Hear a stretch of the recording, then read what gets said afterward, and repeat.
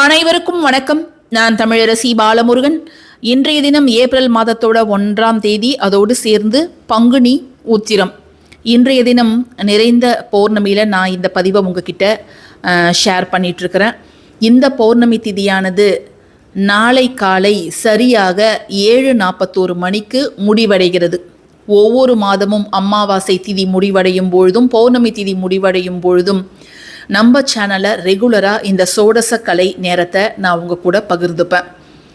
ஒவ்வொரு அமாவாசையும் பௌர்ணமியும் முடியக்கூடிய அந்த கடைசி 1 மணி நேரம், அதன் பிறகு அடுத்து வரக்கூடிய பிரதமை தொடங்கக்கூடிய முதல் 1 மணி நேரம் ஆக இந்த 2 மணி நேரத்தில் வரக்கூடிய 5 வினாடிகள் மிக மிக மிக சக்தி வாய்ந்த வினாடிகள். அதை தான் நம்ம சோடச கலை அப்படின்னு அழைக்கிறோம். அமாவாசையிலேருந்து பௌர்ணமி 15 திதிகள், அதுக்கப்புறம் பௌர்ணமியிலேருந்து அமாவாசை 15 திதிகள், வளர்பிறை தேய்பிறை அப்படின்னு நம்ம பெயரிட்டு அழைக்கிறோம். ஆனால் சூட்சமமான 16வது திதி தான் நம்ம சோடச கலை அப்படின்னு நம்ம அழைக்கிறோம். மிக அற்புதமான ஒரு நேரம். அந்த காலத்தில் இந்த சூட்சமமான நேரத்தை நிறைய முனிவர்கள் தேவர்கள் எல்லாம் பயன்படுத்தி தங்களுக்கு வாழ்க்கையில் வேண்டியதை வேண்டி இந்த நேரத்தில் அவங்க நிறைய பேர் பெற்றிருக்கிறார்கள். அத்தகைய சக்தி வாய்ந்த ஒரு நேரம் தான் இந்த சோடச கலை நேரம். எப்படி இந்த அபிஜித் நட்சத்திர நேரம் இப்போ ரொம்ப பாப்புலராக எல்லாருக்கிட்டேயுமே தெரிஞ்சிருக்குதோ அதே போலவே தான் இந்த சோடச கலை நேரமும். ஆனால் என்ன ஒரு வித்தியாசம் அப்படின்னு பார்த்தீங்கன்னா, அபிஜித் நட்சத்திர நேரத்தில் அந்த 24 நிமிடங்கள் எப்போ அப்படின்னு நம்ம அக்யூரேட்டாக நம்ம கணக்கிட்டு சொல்ல முடியும். ஆனால் இந்த சோடச கலையில் அந்த 2 மணி நேரத்தில் அந்த 5 வினாடிகள் எப்போ வருது அப்படிங்கிறது இதுவரைக்கும் யாருக்குமே தெரியாது. எவ்வளவுதான் சயின்ஸு வளர்ந்துக்கிட்டே போனால் கூட அந்த 5 வினாடி எதை குறிக்குது அப்படின்னு கேட்டிங்கன்னா, மும்மூர்த்திகளோட அருள் அந்த நேரத்தில் பிரபஞ்சம் முழுக்க நிறைஞ்சிருக்குமா. அந்த நேரத்தில் நீங்கள் தெரிஞ்சு உங்களுக்கு நல்லது நடக்கணும்னு வேண்டிக்கிட்டாலும், அல்லது தெரியாமலே கடவுளே எனக்கு எல்லாத்தையும் நீ நல்லபடியாக முடிச்சு கொடு அப்படின்னு வேண்டிக்கிட்டாலும் அது நிச்சயம் நடக்குமா. என்னங்க போங்கங்க, உங்களுக்கு வேறு வேலை இல்லையா? அந்த 2 மணி நேரத்தில் 5 வினாடி எப்படி வருதுன்னு எங்களுக்கு தெரியும், அந்த நேரத்தில் நாங்கள் எப்படி வழிபாடு பண்ணுறது அப்படின்னு நீங்கள் கேட்கலாம். ஒவ்வொரு மாதமும் நம்ம இதை செய்கிறோம். ஏதாவது ஒரு மாதத்தில் கூடமா அந்த 5 வினாடியில் நம்ம வேண்டியது நடக்காது. ஏதாவது ஒரு மாதத்துலையாவது கிளிக் ஆகும்ல. அதனால தான் நானும் விடாமல் இதை உங்ககிட்ட ஷேர் பண்ணிகிட்ருக்கிறேன். ஸோ நீங்களும் விடாமல் உங்களுக்கு என்ன வேண்டுதல் வேணுமோ அதையும் நீங்கள் அந்த நேரத்தில் கேட்கலாம். அப்படி இல்லைன்னா நம்ம ஒவ்வொரு தடையும் பதிவில் சொல்லக்கூடிய பாசிட்டிவான சில சென்டென்ஸு அல்லது சில வார்த்தைகளை நீங்கள் உச்சரிக்கலாம். சரிங்களா? நான் சொல்கிறத மட்டும்தான் நீங்கள் செய்யணும்னு எந்த வித ரூல்ஸ்லாம் கிடையவே கிடையாது. உங்களுக்கு உங்கள் மனசில் என்ன ஒரு நிறைவேறாத ஆசை இருக்குது, அது நிறைவேறணும் அப்படின்னாலும் நீங்கள் இந்த சோடச கலை நேரத்தில் வேண்டிக்கலாம். இப்போ நாளைக்கு காலையில் அந்த 2 மணி நேரம் எப்போலேருந்து எப்போ வருது அப்படின்னு பார்த்தீங்கன்னா, நாளைக்கு காலை சரியாக 6:41 மணி முதல் 8:41 மணி வரை. ஸோ நாளைக்கு காலையில் 6:41 AM to 8:41 AM இந்த 2 மணி நேரம்தான். ஆனால் நாளைக்கு ஒர்க்கிங் டே. எல்லாருமே அவசரமாக காலையில் ஸ்கூலு காலேஜு ஆஃபீஸுன்னு கிளம்பிகிட்ருப்பாங்க.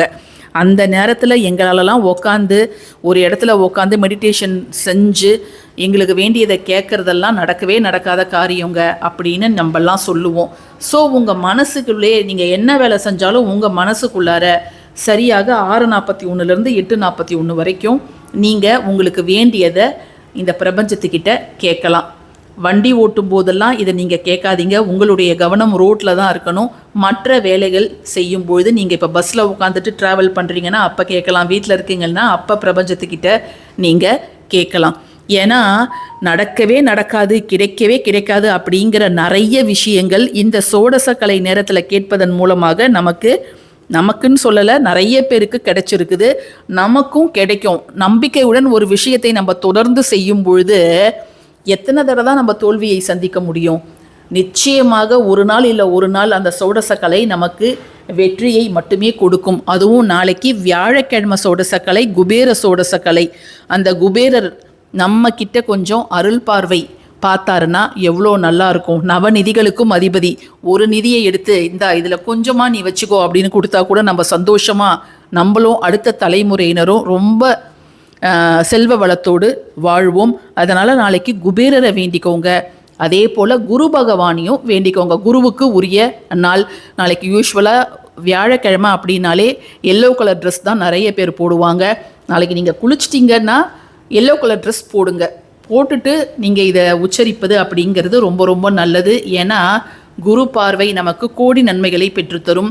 ஒருத்தவர் வாழ்க்கையில் முன்னேறணும், பெயர் புகழ் சம்பாதிக்கணும், நல்ல வேலை கிடைக்கணும், அவர் செய்யக்கூடிய தொழிலில் அமோகமான லாபம் கிடைக்கணும், திருமணம் நல்ல நேரத்தில் நடக்கணும், குழந்தை பேர் குறித்த நேரத்தில் அந்த வரம் அவர்களுக்கு வரணும், தங்கம் நிறைய சேரணும், குழந்தைகள் படிப்பு நல்லா படிக்கணும் அப்படின்னா குரு பகவானோட அருள் வேணும். செல்வ செழிப்பான வாழ்க்கைக்கு குபேரரோட அருள் நமக்கு வேணும். ஸோ இவ்வளோ நல்ல நாளில் இந்த சோடசக்கலை நமக்கு வந்திருக்குது. ஸோ யாருமே தயவு செய்து யாருமே இதை தவற விட்டுடாதீங்க. அதே போல் எல்லாருக்கும் இதை ஷேர் பண்ணுங்கள்.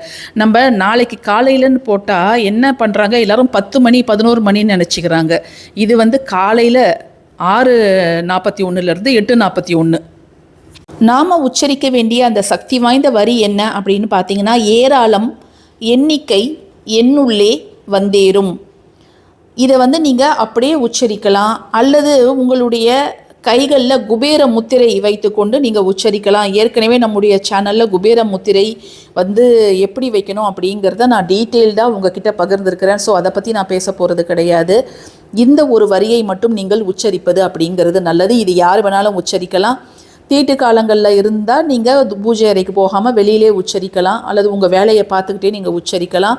நீங்கள் சுத்தபத்தமாக இருந்தீங்கன்னா நேரம் இருக்கும் பட்சத்தில் உங்கள் பூஜை அறைக்கு போய் குபேரர் படத்திற்கு முன்பு ஒரு விளக்கு ஏற்றி வச்சுட்டு, நெய் விளக்கு, குபேரர் படத்திற்கு முன்போ லக்ஷ்மி தாயார் படத்திற்கு முன்போ ஒரு நெய் விளக்கு ஏற்றி வச்சுட்டு ஏராளம் எண்ணிக்கை என்னுள்ளே வந்தேறும் அப்படிங்கிறத நீங்கள் உச்சரிக்கலாம். இது இல்லாமல் இன்னொரு வழிமுறை என்ன அப்படின்னு பார்த்தீங்கன்னா, ஏராளம் எண்ணிக்கை 3300, ஏராளம் எண்ணிக்கை 3300 அப்படிங்கிறதையும் நிறைய பேர் எழுதுவாங்க. அது ஸ்கிரிப்டிங் டெக்னிக்கில் ரொம்ப அது பிரசித்தி பெற்றது. இது ஏராளம் எண்ணிக்கை என்னுள்ளே வந்தேறும் அப்படிங்கிறத நீங்கள் சொல்லும்பொழுது, அதுவும் திரும்ப திரும்ப சொல்லும் பொழுது உங்களுக்கு ஒரு அசாத்தியமான பணத்தை ஈர்க்கக்கூடிய ஒரு அதிர்வு அது உண்டு பண்ணும். ஸோ அந்த வியாழக்கிழமை குபேரரை வேண்டி இதை நீங்கள் உச்சரிக்கும் பொழுது நல்ல ஒரு பணவரவு, அதிலும் மாதத்தோட 2ஆம் தேதி நம்ம இதை செய்யும் பொழுது அந்த மாதம் முழுக்க எந்த ஒரு பணத்தட்டுப்பாடும் இல்லாமல் நமக்கு நம்ம கைகளில் எப்பொழுதும் பணம் புழங்கக்கூடிய ஒரு சூழலை குபேர கடவுள் உருவாக்கி தருவார். அப்படிங்கிற நம்பிக்கையில் நம்ம இதை நாளைக்கு உச்சரிக்கலாம். நிறைய பேர் எழுதவும் செய்வாங்க. ஸோ நேரம் இருக்கிறவங்க எழுதுங்க, அப்படி இல்லாதவங்க ஜஸ்ட்டு நீங்கள் அந்த 2 மணி நேரத்தில் ஜஸ்ட்டு ஒரு 10 நிமிடமோ அல்லது 5 நிமிடமோ இதை நீங்கள் உச்சரிங்க. நிச்சயம் நல்லது நடக்கும். முடிந்தவரை எல்லாருக்கும் ஷேர் பண்ணுங்கள். பதிவு பிடிச்சிருந்ததுன்னா கட்டாயமாக லைக் பண்ணுங்கள். நம்ம சேனலுக்கு சப்ஸ்கிரைப் பண்ணுங்கள். தேங்க்யூ ஃபார் வாட்சிங் திஸ் வீடியோ. நன்றி.